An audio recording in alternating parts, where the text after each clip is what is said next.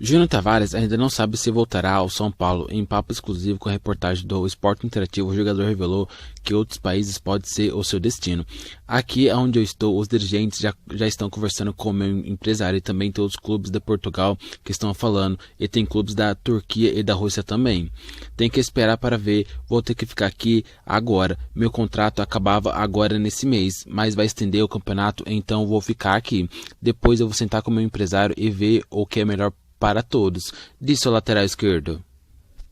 O atleta, que pertence ao São Paulo, comentou também na época em que esteve no clube e recebeu ofertas do Ajax e do Galatasaray. Na ocasião, Júnior Tavares vivia a última fase com Rogério Ceni e escolheu ficar no São Paulo. Quando eu estava jogando pelo São Paulo, eu estava muito bem. Meu empresário me ligou e falou que tinha duas ofertas, uma do Galatasaray e outra do Ajax. Eu acabei meio assustado porque eu estava bem no São Paulo e de repente do nada, sem sair nada na imprensa, ele me liga e fala isso. O David Neres tinha saído de férias, eu fui na minha casa e aí ele falou, vem comigo, eu não aguento mais, estou sozinho. Mas comecei a rir e falei, não vou trocar o São Paulo pelo Ajax. Ele disse que entendia porque também jogou no São Paulo e sabe como é o clube, finalizou Tavares.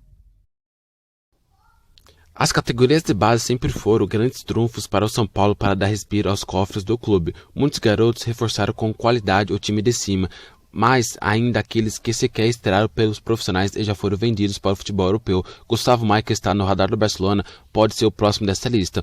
O clube catalão pagou 1 milhão de euros em março para ter preferência na opção de compra e precisará pagar 3 milhões e meio de euros para fechar o negócio.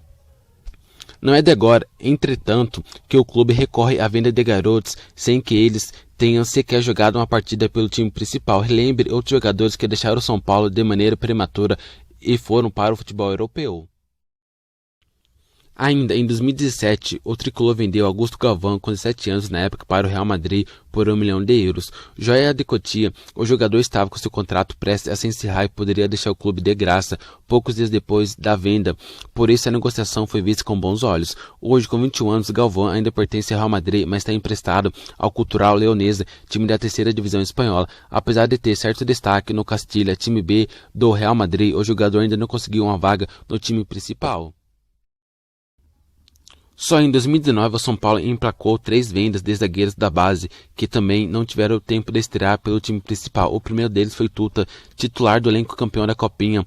Logo após a competição, a diretoria tricolor aceitou a oferta de 1,8 milhões de euros do Eintracht Frankfurt da Alemanha. O valor pago equivale a 70% dos direitos econômicos do jogador. Desta forma, o São Paulo manteve outros 30%. Tuta até chegou a ser relacionado para alguns jogos do time principal em 2018, mas não teve oportunidade de entrar em campo. Meses depois, foi a vez do São Paulo acertar a venda de Miguel Alcântara. Seu mesmo destaque de Tuta no Sub-20, o jogador não estava nos planos da comissão técnica do time principal e foi vendido por apenas 500 mil euros para o Ascoli, time da segunda divisão italiana. Apesar de estar integrado ao time principal do clube italiano, Miguel ainda não fez a sua estreia por lá. Na mesma época, o São Paulo vendeu uma das grandes joias formadas em Cotia e que também voou para o velho continente, sem disputar uma partida pelo time de cima. Parceiro de Tuta no título da Copinha, Morato foi vendido ao Benfica por 6 milhões de euros por 75% dos direitos. De quebra, a joia São Paulina se tornou a maior venda de um zagueiro já feita pelo São Paulo. O defensor técnico e com um bom porte físico, o garoto se despediu do São Paulo com apenas 18 anos e de cara ganhou destaque no time B da equipe portuguesa. O desempenho foi tão bom que chegou a receber a oportunidade no elenco principal em jogo válido pela Taça da Liga no fim do ano passado. O São Paulo Futebol Clube foi fundado no dia 25 de janeiro de 1930. As cores do clube, vermelho, preto e branco, vieram dos integrantes de sua fundação. Clube Atlético Paulistano, Associação Atlética das Palmeiras. O escudo tricolor nasceu poucos dias após a fundação, com formato inédito, até então desenhado para ser um coração de 5 pontas. O símbolo de São Paulo foi feito pelo estilista alemão Walter, com colaboração de um dos fundadores do clube, Firminiano de Moraes Pinto Filho. Após o escudo inédito do São Paulo, diversos clubes passaram a utilizar figuras semelhantes. Originalmente, o escudo do São Paulo possuía pontuação no SPFC. Em 1992, o Coração de 5 Pontas passou a exibir apenas as iniciais do clube 100 pontos. As estrelas presentes na camisa do São Paulo nos dias de hoje também não surgiram na década de 30. Os astros vermelhos representam os títulos mundiais do tricolor em 1992, 93 e 2005, enquanto as amarelas homenageiam o bicampeão olímpico Ademar Ferreira da Silva, atleta do clube campeão no salto triplo.